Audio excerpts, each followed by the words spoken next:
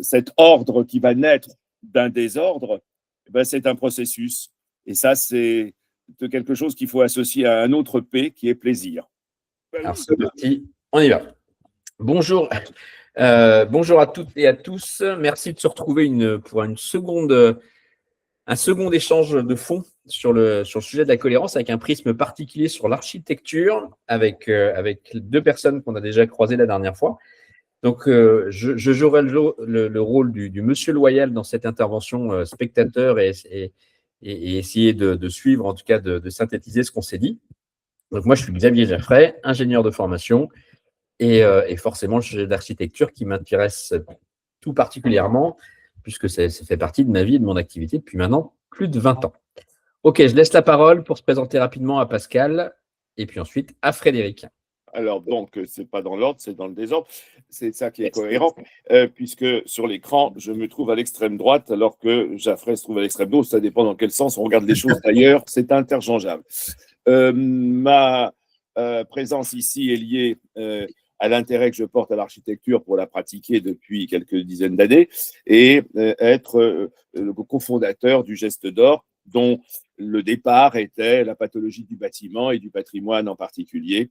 Et puis aujourd'hui, c'est l'ensemble des sujets qui concernent l'aménagement de la planète et l'équilibre entre la planète et l'ensemble des systèmes vivants, et d'autre part, la transmission de ce qu'on peut appeler le savoir, et puis l'être, sans parler de savoir-être, ce qui est une expression un peu trop facile. Donc voilà, je suis surtout là aujourd'hui au titre de ce passage d'intelligence entre l'architecture et les systèmes. Et alors, moi, en ce qui me concerne, je suis chercheur en cohérence phénoménale. Ça peut paraître très bizarre. On parle de cohérence logique, mais on a déterminé aussi qu'il existait une cohérence phénoménale qui existe au préalable dans tout. Tout ce qui existe doit avoir un minimum de cohérence. Et on l'applique à plein de cadres. Et on cherche, on creuse pour savoir si la cohérence tient toujours. Et la cohérence phénoménale a ça de particulier, c'est qu'elle se retrouve dans tout. Plus on est cohérent, plus on dure dans le temps. Moins on est cohérent, plus ça force, plus ça disparaît. Voilà, c'est la cohérence phénoménale et on va en parler sur l'architecture notamment. Alors, on y va. Ce que je vous propose, moi, j'ai préparé quelques supports. Est-ce que tout le monde les voit bien? Oui. Ok, donc on est bien sur cette thématique un peu différente que celle qu'on a abordée la fois précédente, l'architecture et du coup de l'incohérence. Donc, moi, ce que j'aimerais, c'est vous faire réagir sur un certain nombre de phrases, etc., qui ne sont pas limitatives, mais en tout cas qui permettent d'avoir vos retours sur ces sujets-là. Pascal, est-ce que tu veux commencer à prendre la parole sur le paradigme? Oui, sans aucun problème. Ce qui est intéressant là, dans ce que l'on lit, de l'image aux phrases, c'est ce qui étymologiquement est une contradiction interne, la crise de l'action. Il se trouve que crisis signifie en grec révélation, et que avec Jean-Jacques Rousseau, c'est devenu urgence à cause de la proximité qu'il ressentait historiquement de ce que l'on a appelé par la suite la Révolution française. Révélation de l'action. Aujourd'hui, crise de l'action, urgence de l'action. Voilà. En réalité, dans les deux cas, que ce soit une révélation ou une urgence, c'est le point commun, l'action. Comment agissons-nous et quel est le mot qui va conduire à l'action? Il se trouve que crise est encore associé là, dans cette phrase complète, à décision et conviction. L'action, la décision, la conviction. Comment associer un autre mot que le mot crise? Parce qu'il s'agit bien de ça. Et comme on voit bien que action est le premier des mots, on est presque dans liberté, égalité, fraternité. L'égalité, c'est la décision. La fraternité, c'est la conviction. Et la liberté, c'est l'action.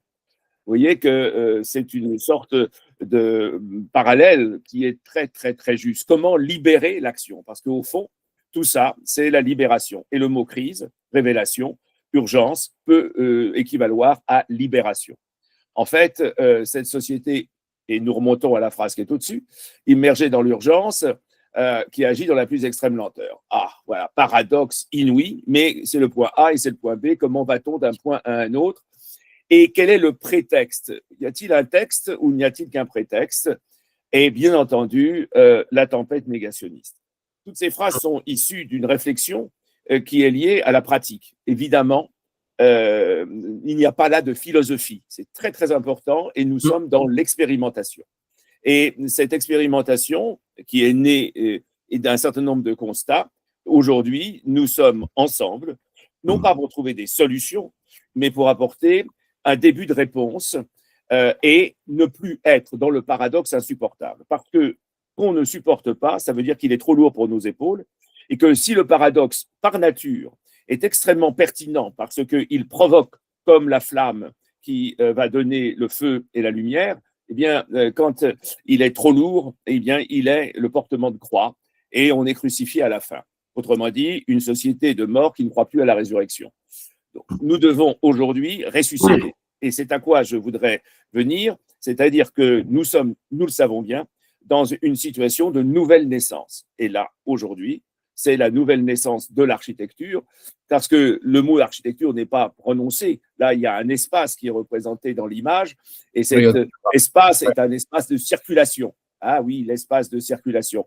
On peut voir tout ce que l'on veut dans cette image, mais il y a circulation de la lumière.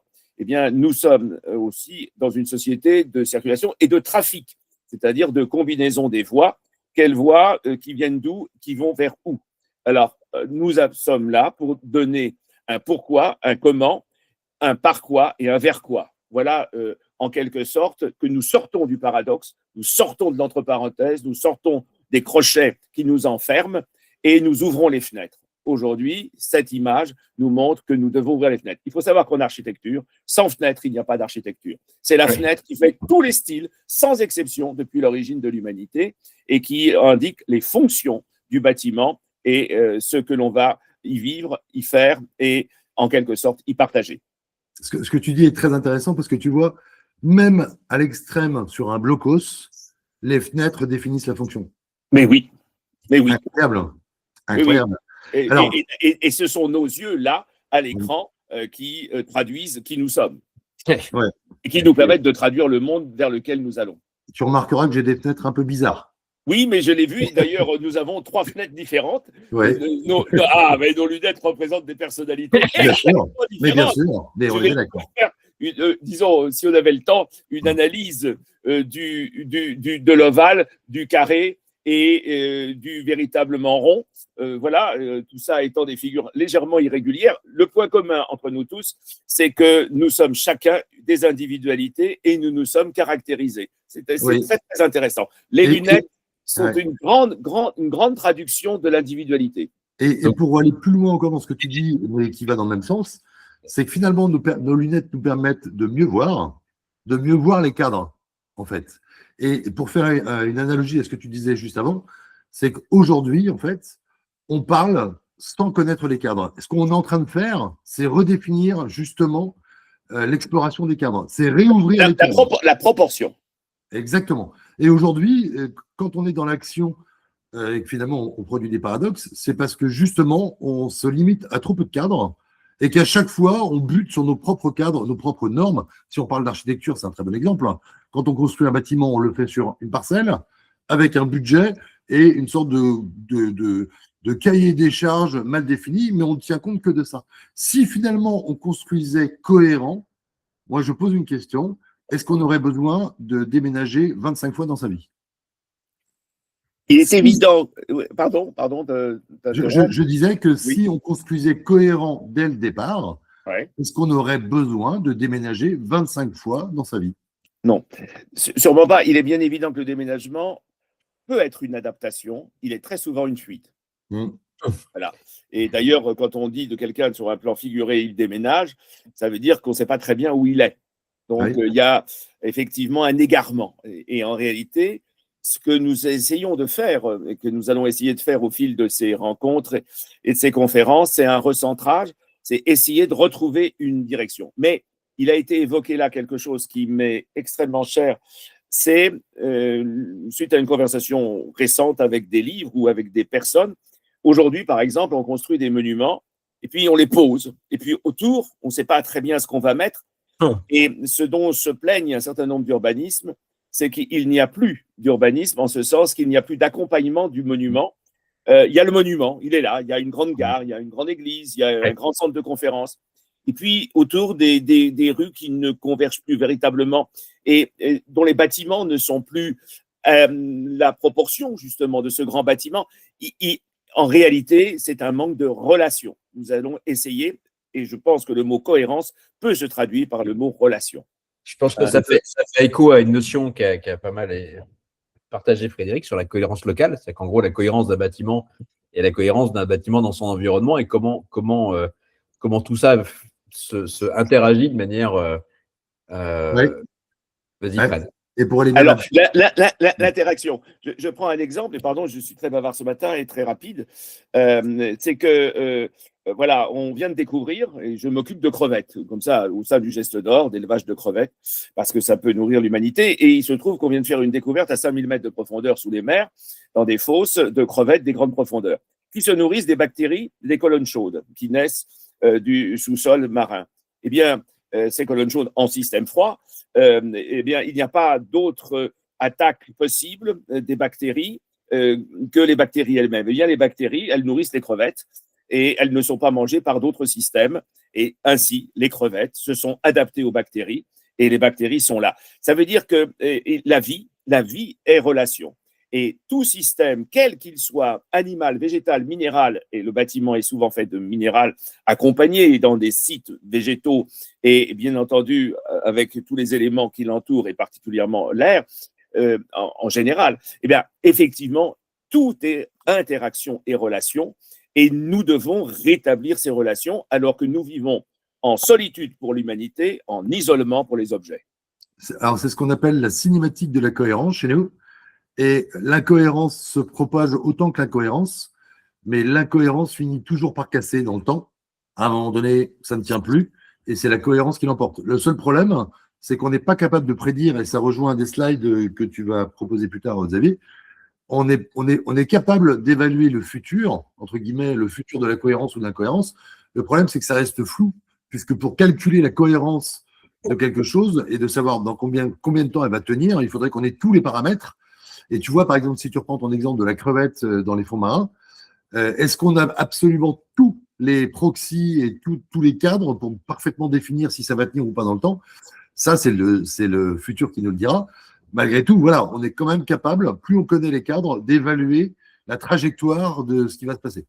Ça reste flou parce qu'il faudrait des super calculateurs et absolument tout connaître pour être capable de bien la préciser, ce qui n'est pas forcément une évidence. Mais oui, parce que en particulier, les cadres, plus c'est simple. C'est très juste, mais en particulier dans l'exemple des bactéries et des crevettes des grandes profondeurs, c'est un équilibre. Et cet équilibre est extrêmement fragile. Un rien peut le déséquilibrer. Et en particulier l'exploitation des fonds marins par quelques prédateurs. Je ne désignerai pas. Alors, il se trouve que moi, j'ai des lunettes avec des montures qui posent un cadre, un peu plus que les vôtres, messieurs. Donc, je me permettrai de passer au slide suivant parce qu'on a… Qu'on a vu apparaître et qu'on a vu disparaître. Exactement. C'était juste pour vous alerter qu'on allait passer. Mais nous avons l'alerte en nous. Et nous sommes… J'entends bien. Moi qui aime beaucoup les sirènes, je suis alerté. Alors, bon, je corriger le hasard. Et c'est très, très intéressant. Qu'est-ce qu'on appelle le hasard? On appelle le hasard ce qu'on ne comprend pas. Parce qu'en réalité, le hasard n'existe pas. Le hasard, c'est ce qu'on n'a pas réussi à ingérer dans nos systèmes de compréhension. Bon. Mais quant à le corriger, effectivement, la notion de correction, cette notion de rectification, il se trouve que les Japonais ont une expression très particulière qui est le kaizen. Le kaizen, et c'est comme ça que Toyota travaille, mais d'autres, et les artisans, de Toyota aux artisans, le kaizen, c'est quoi? Petit pas à petit pas, améliorer les performances. Bon. Et donc, c'est un process.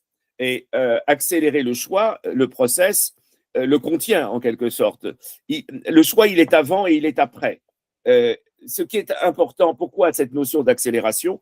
Parce que nous avons dans notre société le sentiment d'urgence, le GIEC et les gens du climat et bien d'autres, et les enfants, les nouvelles générations qui se demandent quel sens donner à leur vie. Tout ça nous implique de choisir. Et comment choisir? Économiser l'aléatoire et l'ouverture qu'il nous assure.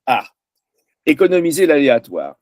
Eh bien, c'est effectivement aujourd'hui comment, entre trois routes, se trouver un peu plus rapidement devant la bonne route, devant le bon chemin. Comment l'emprunter? Et c'est l'immense question. Et l'aléatoire est extrêmement utile parce qu'il nous permet de réfléchir et de nous poser la question, que faire? Que fais-je? Qui suis-je? Et ceci est la traduction des essais de Montaigne. Voilà. Et donc, étudier, étudier, étudier. Autrement dit, ne pas agir à l'improviste. Et c'est ça l'économie que nous essayons de mettre en place. C'est une économie d'action. Et cette économie d'action, elle est essentielle pour aller plus vite que lentement. Et je compléterai, Pascal, parce que sur le Kaizen, c'est quelque chose où j'ai passé une partie de ma vie chez Toyota. Donc, mais alors, je suis voyant. Non, mais je pensais que c'était un appel du pied que tu m'avais fait, mais même pas. Et il y a un élément complémentaire. Il y a effectivement cette notion de petit pas par petit pas. Et il y a une notion fondamentale, puisque le Kaizen, c'est avant tout une philosophie. Bien sûr. Etc. C'est celui qui fait et qui sait. C'est-à-dire qu'en gros, chacun, à son échelle, dans son environnement, exactement, peut bouger un petit peu. Et c'est la somme des micro-actions de chacun qui crée un mouvement collectif ordonné. Je vais essayer de ne pas digresser parce que je peux être capable moi aussi. Je me suis intéressé il y a encore hier, puis après je vais laisser la parole à Fred. Je suis sur la route, j'ai vu une volée des tourneaux, d'accord, des milliers d'oiseaux qui synchronisent entre eux. Essayer de comprendre. C'est très beau. Alors c'est graphiquement très joli. Et en fait, en regardant comment ils fonctionnaient, ça a pris des dizaines d'années de recherche. On s'est aperçu que chacun ne pouvait interagir qu'avec les 6 ou 7 congénères à proximité. C'est-à-dire que le mouvement global était la recherche de cohérence de chacun des individus en permanence. Et en fait, ce mouvement général de milliers d'individus… Cette symphonie. Et c'est exactement ça. C'est une symphonie de micro-décisions, de l'écoute, finalement, d'un périmètre qui est très limité. Bref, je digresse pas trop parce qu'autrement, si moi je m'y mets, on est mort. Mais Fred, je te laisse ta parole, excuse-moi. Moi, j'aimerais juste repréciser que dans le cas de Toyota, oui, chacun peut faire des micro-mouvements pour faire avancer l'ensemble. Il faut toujours qu'il le fasse quand même en considérant l'ensemble des cadres. Parce que tu peux faire quelque chose de cohérent pour toi et rendre le reste totalement incohérent. Donc, ça veut dire qu'il est vraiment très important à chaque fois de réintégrer ce qu'on fait dans un ensemble, parce que sinon, ça peut produire une incohérence pour tout le reste. Alors, c'est ça qui est important de le souligner. C'est ce que tu dis, si je prends, on garde toujours cette image du Kaizen et de Toyota, le tempo général, ce qu'on appelle le takt time, et le rythme de l'ensemble est fixé. Et donc, ça veut dire qu'il y a réintégration de la cohérence d'un seul dans l'ensemble à chaque fois et validation de l'ensemble. Et ça, c'est le battement de la mesure par le chef d'orchestre. C'est exactement ça. C'est le battement de la mesure, le cadre est donné par la mesure. C'est précisément. Alors, j'aimerais quand même de préciser que même si tout le monde, à un moment donné, est cohérent dans son ensemble, imaginons Toyota, tu as 10 000 personnes qui disent « Ok, on est tous bons, on est tous cohérents », malgré tout, cette incohérence globale peut devenir incohérente par la suite. Et c'est ça qu'il faut prendre en considération, c'est que la cohérence, elle est valable à un moment donné, X, elle peut devenir incohérente à un moment Y. Pourquoi ? Imaginons tout simplement que pour un changement de norme pour les voitures, par exemple, on décrète qu'il faille rajouter un organe de sécurité, alors tout ce qui a été cohérent à un moment donné peut devenir incohérent par la suite parce que la mise en œuvre générale va produire finalement quelque chose de compliqué à gérer par la suite. La cohérence, c'est quelque chose qui se définit à un moment X. Descartes avait raison de dire à un moment donné, il faut, pour comprendre un problème, l'extraire du global pour mieux le comprendre et mieux le corriger. Si aujourd'hui on réintègre Descartes en 2026, alors il a tort parce qu'il devient incohérent. C'est pas qu'il a tort, c'est qu'il devient incohérent parce que finalement aujourd'hui on a besoin d'unifier les sciences et que si on restait sur le système Descartes, ça plonge et ça devient incohérent. Donc une cohérence est locale à un moment X peut devenir incohérent à un moment Y et il faut bien en permanence resynchroniser la cohérence et la période dans laquelle on vit et son lot d'incohérences pour pouvoir de nouveau retomber sur ses pattes. Ça peut paraître compliqué, mais en fait, au final, quand on l'a intégré, ça devient très simple. C'est le tout et la partie. Il se trouve que le tout, c'est qu'effectivement, nous avons aujourd'hui besoin, puisqu'on parle d'architecture, d'accélérer les chantiers pour éviter que ce que l'on livre 10 ans après l'avoir conçu soit complètement décalé par rapport aux besoins qui se sont révélés au cours de ces 10 ans. Autrement dit, là, il y a l'accélération nécessaire, mais c'est aussi la précision de chaque temps. Par exemple, il y a des systèmes aujourd'hui qui ont été appliqués. Je me souviens, quand je m'occupais, j'intervenais sur le chantier de l'ex-Samaritaine, eh bien, tous les matins, on recalait les postes pour que chacun sache bien sa tâche et qu'elle soit de nouveau coordonnée en fonction des besoins de la journée. Autrement dit, il y a vraiment cette relation du nombre d'or, d'ailleurs, qui est le tout et la partie. Et ça doit être regardé, alors qu'on arrive dans le temps comme un contenu en mouvement.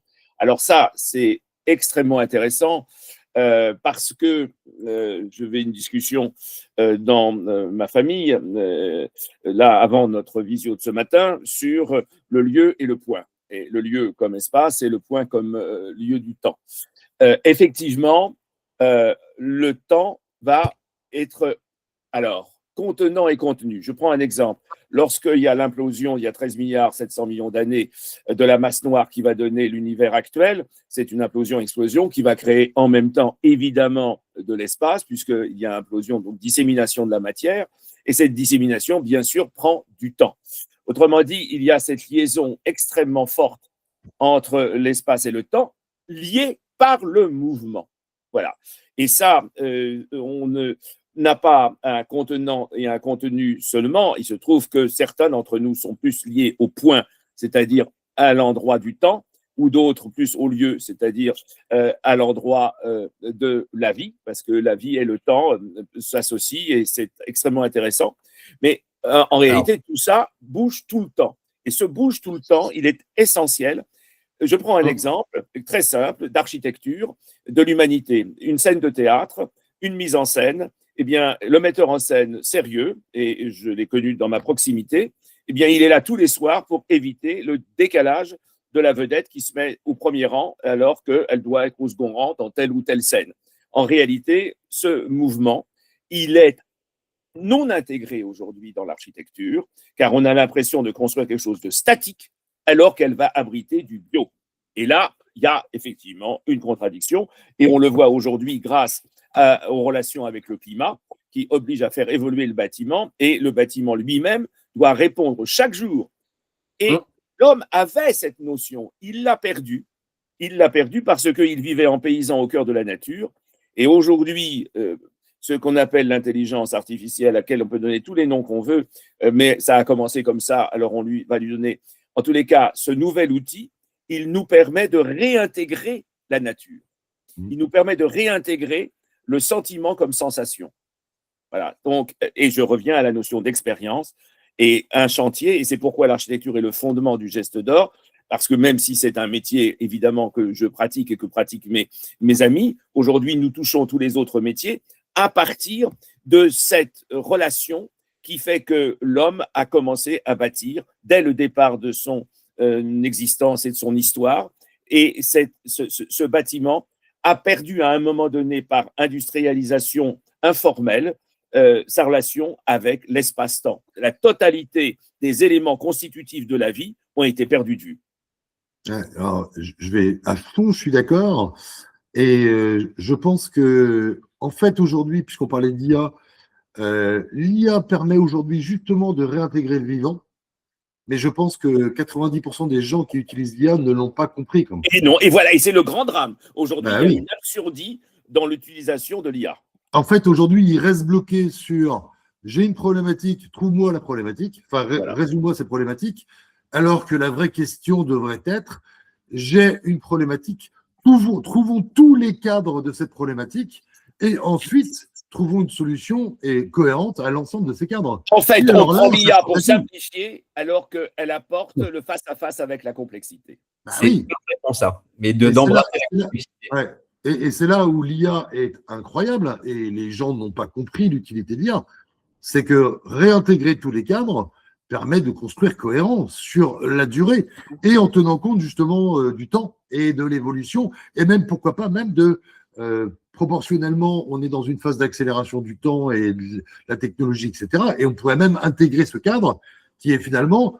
aujourd'hui, avec l'IA, est-ce qu'on est capable de savoir ce que dans 10 ans sera l'architecture? Et déjà intégrer ce cadre dans la construction présente. Et c'est là où l'IA est d'une puissance phénoménale et où les gens passent, à mon avis, complètement à côté, en fait. Complètement. Et il passe à côté, c'est l'image actuelle qu'on a sous les yeux, la page que nous lisons le dit, c'est parce qu'il y a une invasion en permanence de l'humanité par le retour à l'esclavage. Et l'IA est prise aujourd'hui pour une esclave, au service des plus basses intentions, et elle n'est évidemment pas autre chose qu'une imitation des apparences. De l'incohérence humaine, je dirais. Moi. Les apparences sont évidemment dans une vitrine, on la remet en place tous les jours pour essayer de la rendre plus belle, mais la beauté est inatteignable. Alors, effectivement, l'architecture de ce point de vue comme métier, architecture qui est un métier très difficile parce que ce n'est pas simplement un dessin sur un écran ou sur un papier, c'est évidemment la prise à partie de l'architecte qui doit aller vérifier sur le terrain et généralement cette vérification l'amène à modifier. En tous les cas, il est obligé par les circonstances, par les autres acteurs du chantier, maîtres d'ouvrage et entreprises, à modifier. Mais il a une référence, tout le monde a une référence, c'est se rendre visible. Et se rendre visible, se rendre visible, c'est le passage, Odilon Redon le dit, l'art, c'est le passage de l'invisible dans le visible. Et c'est le visible qui va être preuve, et qui va être preuve de quelque chose qui est secret, l'intime désir de l'histoire. Quel est l'intime désir de l'histoire? C'est le confort, c'est l'idéal de beauté, c'est la soutenabilité, c'est-à-dire la durabilité, c'est plus mal dit, la soutenabilité, c'est plus juste. C'est quoi? Voilà, cet intime désir. Et cet intime désir varie avec les sociétés, varie avec les circonstances, varie avec les territoires. Et là, on doit exactement être dans la combinaison du thermomètre et du baromètre. De quel bois je me chauffe et quel vent va souffler sur ma construction. Donc, tout ça, c'est effectivement l'intégration de l'ensemble des éléments combinés avec cette force extraordinaire du collectif que représente l'histoire. Et comme dit Apollinaire, la grande force est le désir de l'histoire, c'est la confrontation du héros avec ce que l'on peut appeler l'environnement global. Et quelque chose qui est le passage permanent en mouvement du présent au futur. Car nous nous inspirons de, mais nous sommes aspirés par, et au milieu, nous respirons. Ouais, et je pense que un point n'a pas été évoqué et qui me paraît pourtant important, c'est l'ego. Quand tu parles d'être visible, je pense qu'il n'y a pas que le bâtiment qui doit être visible. Je pense que l'homme a un ego surdimensionné, que ce soit en architecture, en politique ou dans n'importe quel domaine. Et je pense que la première brique dans le lot de la visibilité, c'est peut-être l'ego. L'ego qui est pour moi une incohérence humaine, mais bon, ça c'est un point à discuter autre. Et d'autre part, je pense que rendre visible en tenant compte de l'ego et de tout le reste, malgré tout en étant contraint par des normes incohérentes, pour la plupart, définies à la va-vite sur la base de budget, sur la base de tout ce qu'on veut, je pense qu'in fine, il y a une contradiction qui fait que quand on dessine son bâtiment, on est tellement contraint par des normes incohérentes, par notre ego, par le voisinage, par tout ça, que finalement la somme de ce qu'on produit déjà est contrainte par l'incohérence. En fait. Mais je pense à Narcisse. Narcisse, tout son but, c'est d'exporter son image, mais il n'exporte pas l'eau. Or, l'humanité n'a pas besoin de son image, il a besoin de l'eau. Oui, mais ça, il faut le faire comprendre, c'est pas simple. Et oui, mais je pense que, comme la géométrie, puisque un livre très intéressant vient de paraître par un neurobiologiste sur l'homme a inventé la géométrie, eh bien comme la géométrie a peu à peu donné à l'homme, l'inventant sa propre dimension, eh bien je pense qu'effectivement, je te réponds tout à l'heure, Michel. Et c'est assez amusant parce que c'est le plus grand constructeur pont du monde là, qui m'appelle Michel Virlejeu, qui est membre du Geste d'Or. Et voilà, qui a conçu beaucoup de chefs-d'œuvre comme le pont de Normandie et autres. Et c'est intéressant qu'un constructeur de pont, un pontifex, m'appelle au moment où nous réfléchissons. Pourquoi?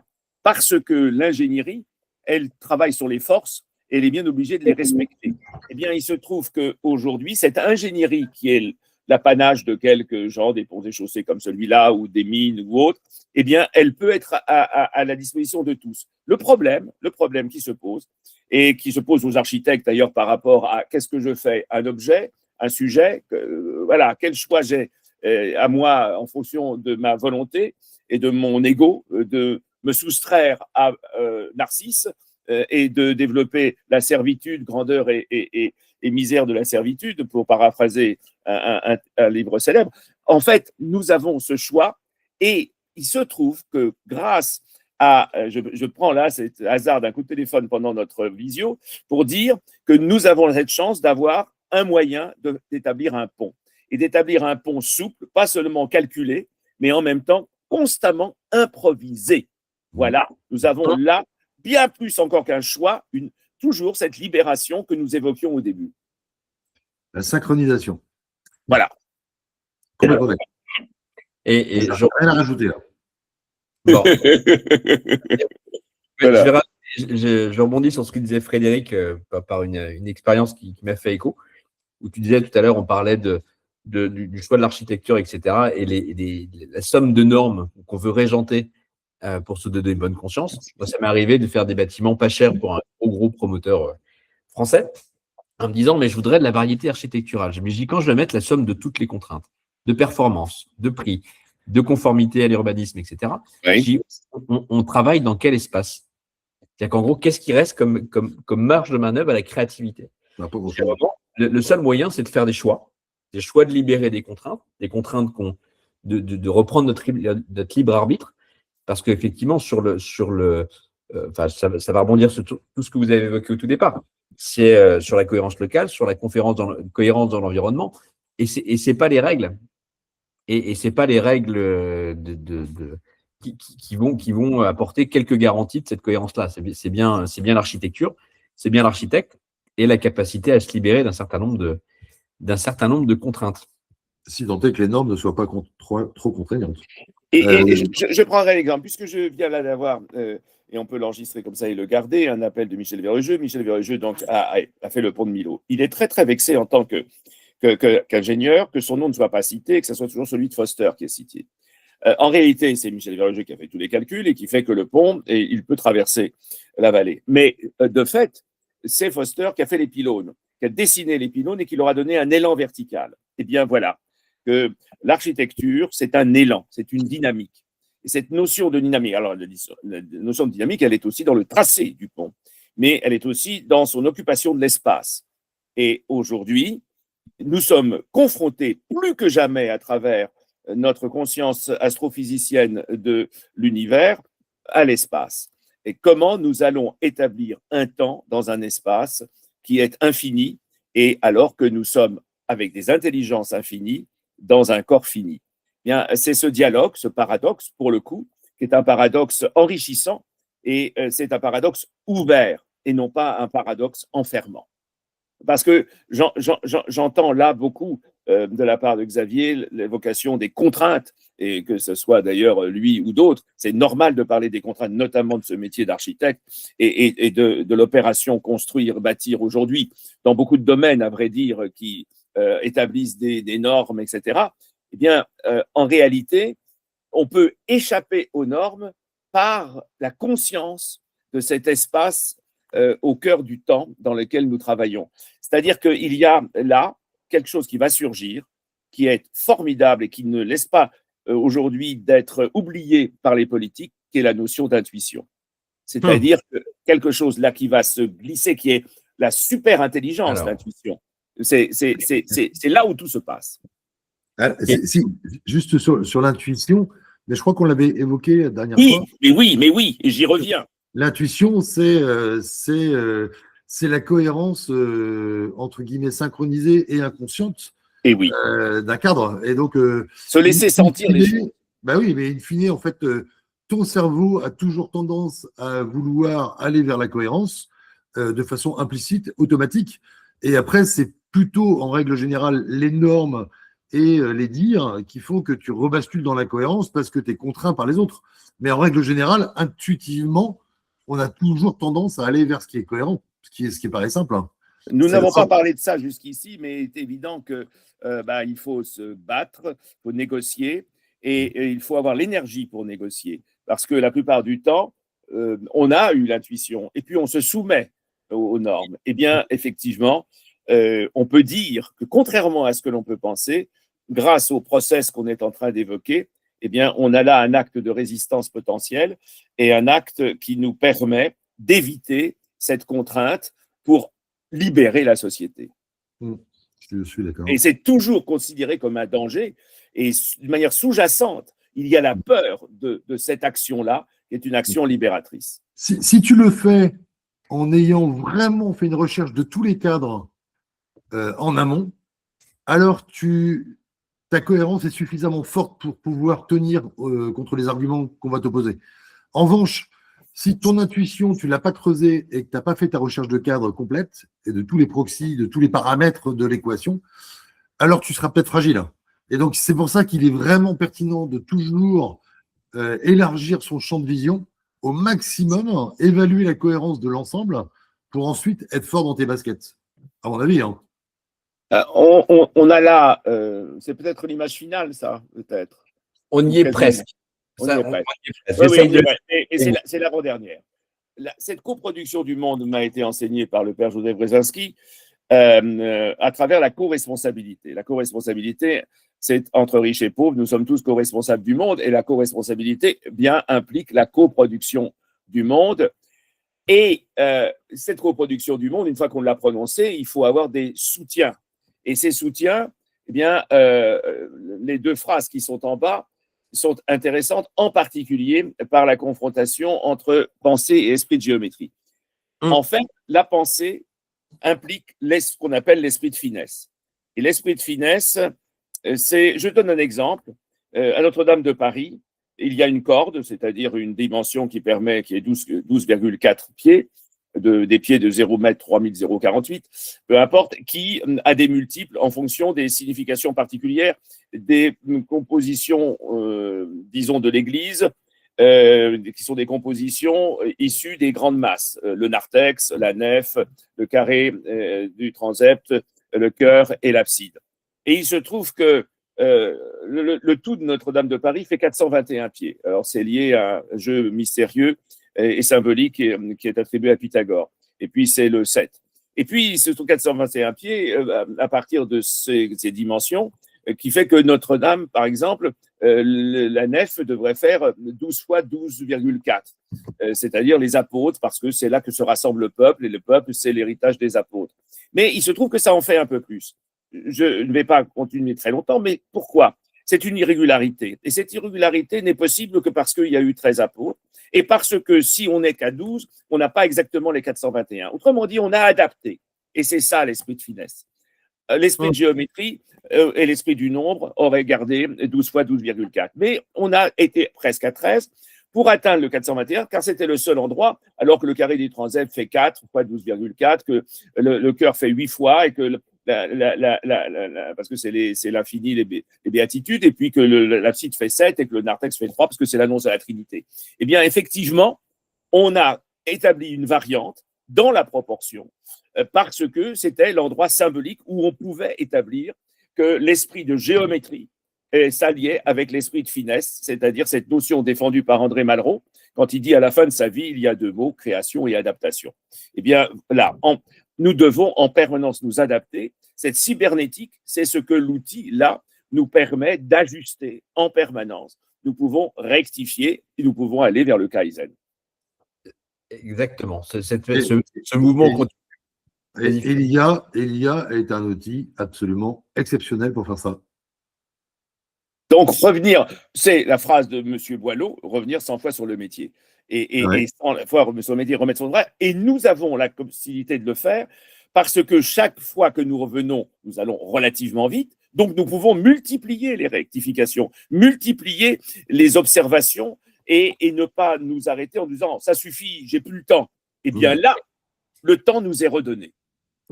C'est ce que je passe. Moi, je passe mon temps à travailler sur la cohérence. J'ai dû faire des centaines de milliers de prompts sur la cohérence dans tous les domaines, en recherchant à chaque fois, en creusant. Et à chaque fois, j'élargis le cadre. Et à chaque fois, j'ai une appréhension et une compréhension de la cohérence qui fait que intellectuellement, je grandis, je deviens plus précis et je m'efforce moins de devoir forcer pour convaincre. Ça, c'est étonnant aussi. C'est que finalement, en devenant cohérent, la cohérence, elle, à elle seule, devient un outil fort pour finalement convaincre des personnes. C'est plus moi qui force, c'est la cohérence elle-même qui agit. Autrement dit, d'ailleurs, la cohérence, on peut l'oser. Et on peut aller justement vers cette prospective symbiotique qui rassemble tous les éléments du vivant. Et là, c'est tout à fait intéressant parce que pourquoi y a-t-il à un moment donné une société que l'on accuse d'être hyper technologique? On a fait beaucoup de recherches, on sait très très bien qu'on a la prétention du savoir et que le savoir lui-même disparaît dans les années qui viennent parce que d'autres savoirs le remplacent. Ce sont des savoirs successifs. Justement, c'est pour ça qu'il faut être dans cette prospective. Qu'est-ce que c'est que la prospective symbiotique? Ce n'est pas simplement une intégration prométhéenne de tout le vivant, c'est qu'on se dirige vers, on se dirige vers le soleil, on se dirige vers la lumière. Autrement dit, on a une direction, on n'est pas dans une impasse. La plupart du temps, aujourd'hui, on se trouve dans, voilà, on ne peut pas aller plus loin. On a fait avec ce qu'on pouvait. Mais non, on est dans ce que j'ai défendu la première fois, dans le remplacement du puissant par le possible. Et en tous les cas, on est non pas dans ma serane, que vois-tu venir, je ne vois rien, ni l'herbe qui verdoie, ni la poussière, ni le sable qui poudroie. Non, non, je vois quelque chose et j'ai cette fiction de la ligne d'horizon qui n'existe pas, mais c'est ça qui m'attire, qui m'aimante. Autrement dit, je retrouve la notion du désir, non pas du désir comme satisfaction individuelle, mais le désir comme nous faisant avancer et en quelque sorte ne nous mettons jamais en retrait ni en retraite, mais nous mettons en action. Au fond, c'est de ça dont il s'agit. Et comme notre société a besoin de se remettre à agir et à ne plus séparer la recherche de l'action, parce que c'est bien ça aujourd'hui qui est le problème de la société en retard, car notre société, curieusement, est évidemment en retard sur ce qu'elle pourrait savoir. Oui. Alors, ce que tu dis est extrêmement intéressant. Tu vois que ça rejoint parfaitement la cohérence phénoménale. Il reste 3 minutes. Tu parles de puissance versus possible. Là où c'est dingue, c'est que la cohérence phénoménale borne le possible. Elle dit pas l'idée c'est d'être plus puissant. Elle dit voilà ce qui est possible, voilà sur quel plan on peut travailler et comment c'est borné. Et donc, la cohérence phénoménale détermine des bords de table, là où la puissance, elle, dit il n'y a pas de bord de table. Tu peux toujours être plus puissant. La cohérence phénoménale dit attention, après ça, ça ne tient plus. Et donc, tu peux pas être puissant indéfiniment. Tu peux être cohérent jusqu'à un certain point dans le cadre d'un cas donné. Et ainsi, contenant et contenu sont fusionnés. Exactement. C'est exactement ça. C'est la conclusion. Ben écoutez, en tout cas, alors, je suis ravi de réussir à avoir tenu en 3/4 d'heure parce que c'était très dense. J'ai eu à peine, j'ai écouté, j'étais plus auditeur qu'animateur, mais c'est parce que le contenu était dense, intéressant et passionnant. J'espère que ça sera de même pour les gens qui vont pouvoir écouter ça. Merci encore à tous les deux. Et puis j'ai envie de vous dire au prochain rendez-vous. Prochain rendez-vous. Ciao. Ciao. Ciao. Merci. Ciao, ciao, ciao. Portez-vous bien.